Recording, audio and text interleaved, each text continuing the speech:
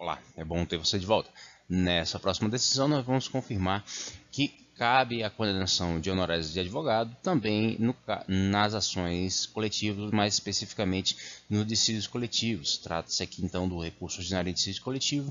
169 de 77 de 2018, cuja emenda na fração de interesse traz o seguinte.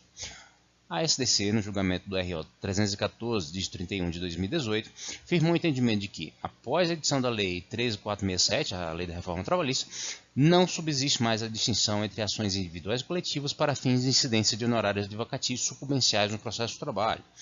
No caso, o dissídio coletivo foi ajuizado pelo Sindicato Profissional em junho de 2018, já na vigência da Lei 13.467, e foi extinto sem resolução de mérito por ausência de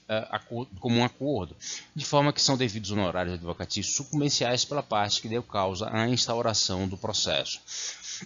Então, houve alguma discussão acerca dessa circunstância, como a Lei da Reforma Trabalhista 13.467 instituiu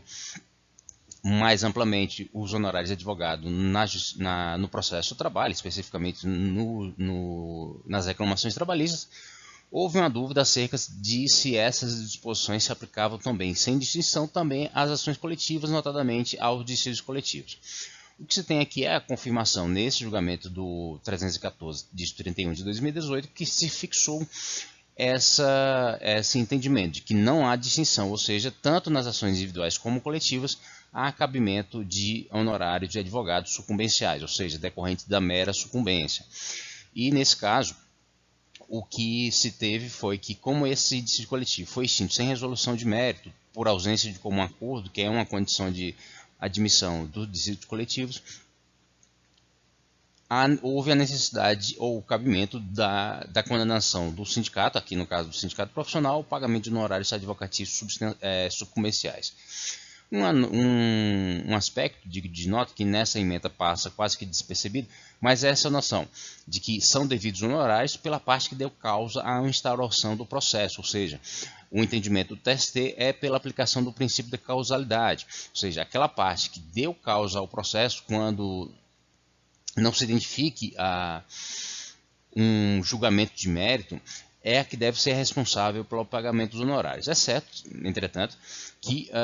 identificar a quem deu causa propriamente ao processo ou à instauração do processo pode ser uma tarefa um tanto inglória por conta de algumas circunstâncias, ou seja, se aquele processo foi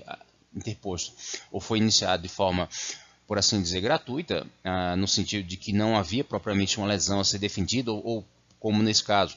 não havia a presença de uma condição essencial para a formação do processo, que no caso do dissídio coletivo é o comum acordo entre as partes para que haja a instauração do dissídio coletivo. Então, nesse caso, se pode identificar de forma mais precisa quem deu causa. Entretanto, em algumas outras situações em que haja um certo conflito, mas não se possa extrair da demanda uma parte vencida ou vencedora, ou aquela que teve seus pedidos providos ou improvidos, e especialmente quando se tem a extinção sem resolução de mérito, deve-se aferir em cada caso quem deu causa, ou seja, aplica-se aqui então a regra da causalidade na instauração do processo, que vai definir quem será o devedor de honorários advocatícios. Sendo que uma outra nota final é de que, como em geral aos dissídios coletivos e outras ações coletivas se dá um valor em geral meramente simbólico, e algumas vezes nem se pode extrair uma definição de proveito econômico específico ou exato, os valores são simbólicos. Consequentemente, muitas vezes, ainda que se fixe uma alíquota de 15% ou 20% para esses honorários, muitas vezes será um valor que poderia ser considerado até mesmo irrisório. Mas o certo é que, desde da Lei da Reforma Trabalhista 13.467, também nas ações coletivas se pode haver a condenação em honorários de advogados sucumbenciais, ou seja, decorrentes simplesmente da sucumbência. E mais uma vez eu agradeço pela oportunidade de ajudar você a entender melhor o direito do trabalho e o processo do trabalho. Se algum outro termo lhe chama atenção, deixe indicado nos comentários e eu posso preparar um vídeo específico para tratar disso. Eu peço que você deixe seu like, assine o canal e divulgue esse material com outras pessoas que possam ter nele interesse. Nos vemos no próximo vídeo. Até mais!